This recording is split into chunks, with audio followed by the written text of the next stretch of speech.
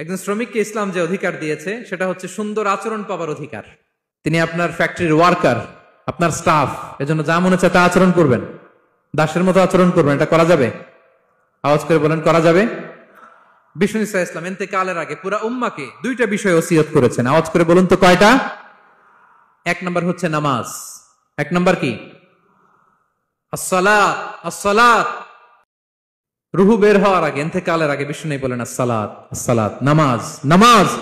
উম্মতেরা নামাজের ব্যাপারে সতর্ক হও। দুই নাম্বার তিনি বলেছেন ওয়ামা মালাকাত আইমানুকুম, তোমাদের অধীনস্থ যারা আছে তাদের ব্যাপারে সচেষ্ট হও, তাদের প্রতি সদয় হও, তাদের সাথে খারাপ আচরণ করো না। এটা কখন বলছেন? জুমার খুতবার সময়, সাহাবীদের সাথে গল্প করার সময়, বিবিদের সাথে আলোচনার সময়। কখন? Just right before his death. এখনই রুহু বেরোবে, ইন্তেকালের আগে তিনি বলেছেন উম্মতেরা আসসালাত, নামাজ, উম্মতেরা ওমা মালাকাত আইমানুকুম, তোমাদের কর্মচারীদের সাথে খারাপ আচরণ করো না। তাহলে 3 নাম্বার হচ্ছে শ্রমিকদের সুন্দর আচরণ পাবার অধিকার, তাদের সাথে খারাপ আচরণ করা যাবে না। বিষ্ণু ইসলাম শ্রমিকদের রাইটস, অধিকারের ব্যাপারে এতটা সোচ্চার ছিলেন, বিদায় হজের মতো, বিদায় হজের যে বাণী, যে ভাষণ, এই ঐতিহাসিক ভাষণেও বাদ যায়নি শ্রমজীবীদের কথা। সুবহানাল্লাহ পড়েন।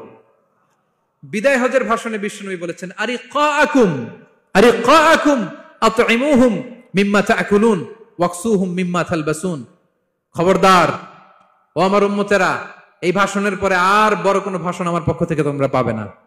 তোমাদের কর্মজীবী, তোমাদের শ্রমিক, তোমাদের ওয়ার্কার, তোমাদের স্টাফদের ব্যাপারে সাবধান থাকো। তোমরা যা খাবে তাদেরও তা খাওয়াবে, তোমরা যা পড়বে তাদেরও তা পড়তে দিবে, তাদের প্রতি তোমরা সদয় হবে। বিদায় হজের বাণী তো বিষ্ণু ইসলাম আপনাদের কথা ভুলে নাই। আলহামদুলিল্লাহ পড়েন। কি রহমতের নবী ছিলেন, কি মায়ার নবী ছিলেন। শ্রমজীবীদেরকে বিষ্ণু ইসলাম এতটা ভালোবাসতেন। তাহলে 3 নাম্বার যে অধিকার ইসলাম একজন শ্রমিককে দেয় সেটা হচ্ছে সুন্দর আচরণ পাবার অধিকার। দেখবেন যে মালিক বা যে এমপ্লয়ার ভালো আচরণ করে, সব শ্রমিককে তাকে ভালোবাসে, তার জন্য দোয়া করে।